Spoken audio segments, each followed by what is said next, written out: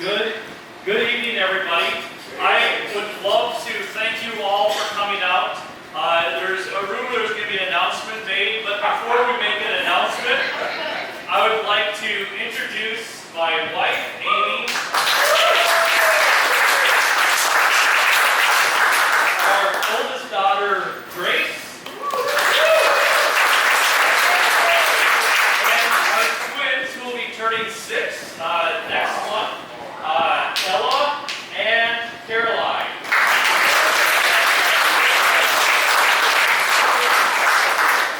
And I have to say that the announcement we're ready to make was a family decision. We had to make sure that the decision was right for all of us. And I have to say that after months and months of deliberation and talking about the issues, we have decided that we are not going to run for President of the United States.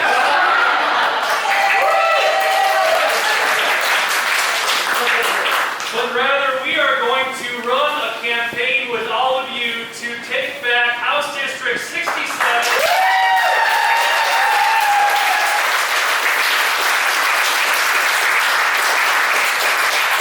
And we are going to turn this district blue for the first time in years.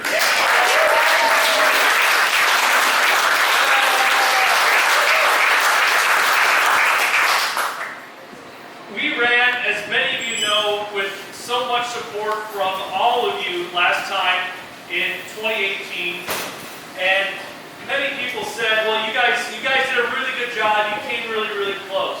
And as far as I'm concerned, we appreciate the support, we appreciate the effort that everybody put in, and I'm sure I can speak for all of you, close is not good enough. Because we ran with the slogan, we want to make Iowa work together.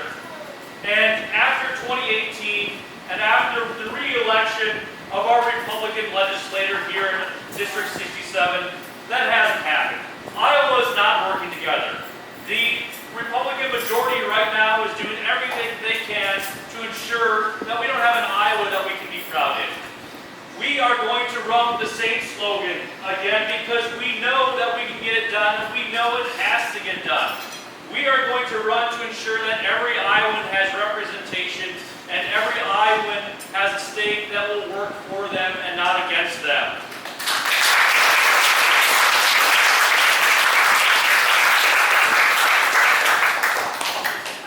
We see the priorities of the Republican Party with the underfunding of public education in our state. We see that with class sizes consistently increasing. I've taught high school in the state of Iowa for 15 years. I've been a high school special education teacher. I've taught at Jefferson High School. I just finished my 10th year there. My wife, Amy, is an early childhood special education teacher at Arthur. We see directly the impact that underfunding public education does. Our daughters, Grace is going into the 4th grade at Westfield Elementary, and the twins, believe it or not, they're starting kindergarten next year at Westfield. So we know that public education support is crucial for everybody, but particularly for Iowa's youngest kids. We need to make sure that their education is strong so they can thrive in an Iowa economy that is global right here in our state.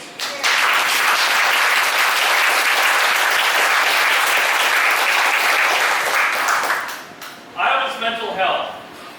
The mental health system for children particularly and in our schools is virtually non-existent. At Jefferson, we have a mental health counselor that comes in once a week that can see a handful of students. That's not enough. We have to be reactive and proactive for all of our students. I will tell you from firsthand experience, when a 16-year-old is having a crisis, they can't be told, well, we'll schedule it and somebody will see you in a month. They need to see somebody now. And we need to take the mental health crisis that we have, the mental health from all of our students, we need to take it seriously. We need to start funding mental health in our state.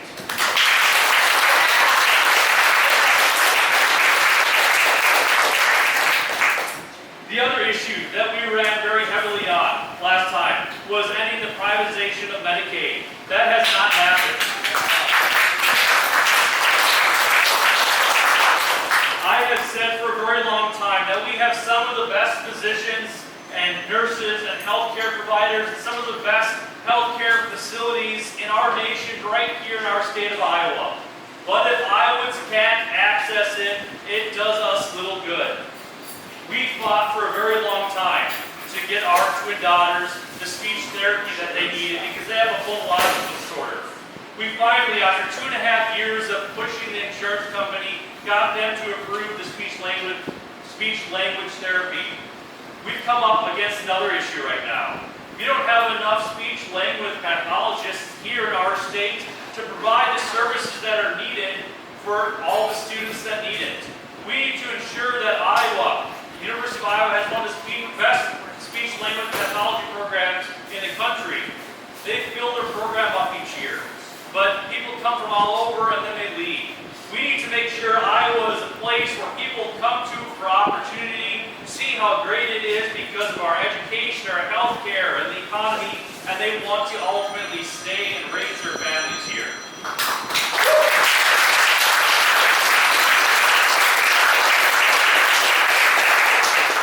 The other issues that I want to make sure that this campaign runs on, climate change. Climate change is a crisis right now. We can't wait for 10 or 15 years to find out what's going to happen. We have to do something about it right now. 15 years from now is too late.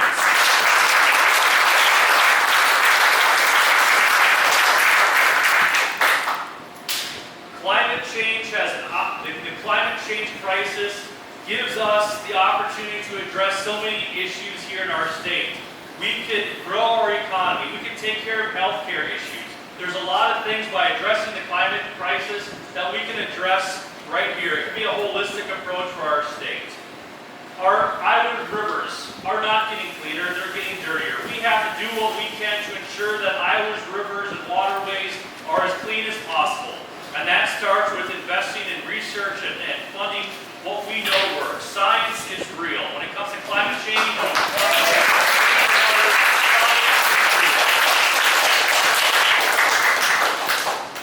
the other issue that I want to address that I know is important to so many people is gun safety.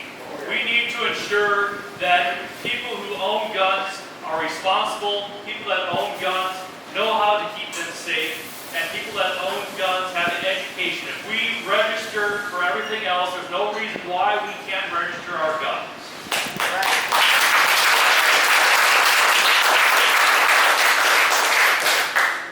We are excited about this campaign. We owe everybody here thanks for the success that we had last time, but we are going to pick up where we left off. Every single one of you in here is crucial to getting this done. This campaign cannot be won alone. This campaign has to be won with everybody here. We need the votes from House District 67 to be successful, but we need the support of the state. If we want to flip the Iowa Legislature to be a Democratic majority, that path, I will tell you right now, goes right through House District 67.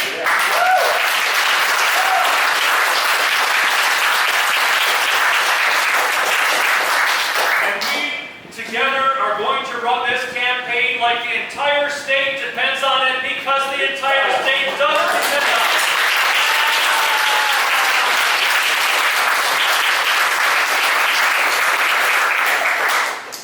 Just remember, as we're walking, we're knocking doors, we're making phone calls. This is the time that we need to have these difficult conversations. We can't wait until the first day of November to have conversations with neighbors. We can't wait until the last week in October to talk to our colleagues about what's going on in our state. We have to have these courageous conversations with everybody right now. Make sure that everybody here in our district, in Marion, and Hiawatha, and Cedar Rapids, and Robbins, knows what's happening on their doorstep is a result of the votes that happened in Des Moines. We need to educate everybody starting right now. We need to have conversations, and together we are going to get this done.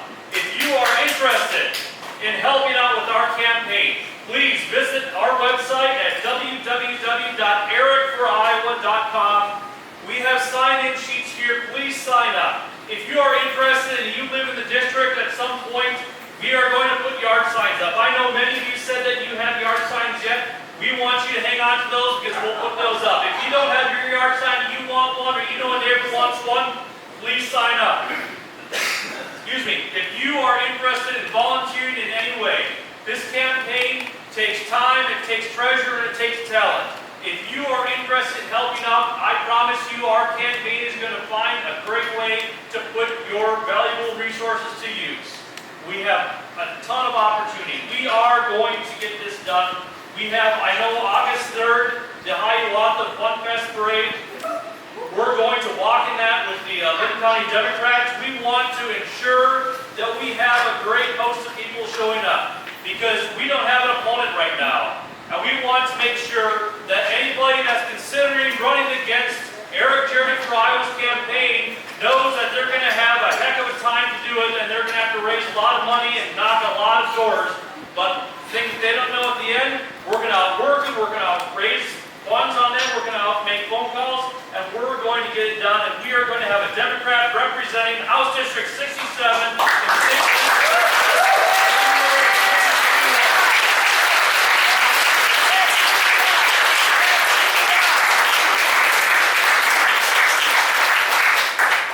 So again, thank you all very much for coming out. I would love to have conversations with you all. If you have any questions, have any suggestions, we would love to hear from you. And if there's anything else that anybody would like to talk about, I'll be happy to go around and have conversations with you.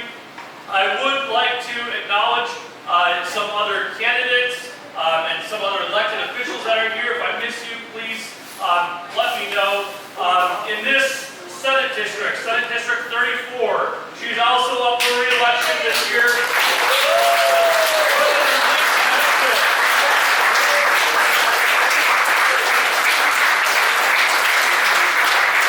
And in Senate District 33, we have Senator Rob Hogue.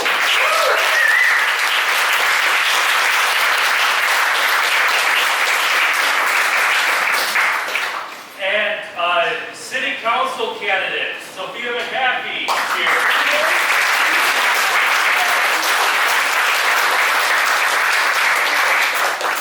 And our chair of the Lincoln County Democrats, Brett Nellis. Thanks for coming.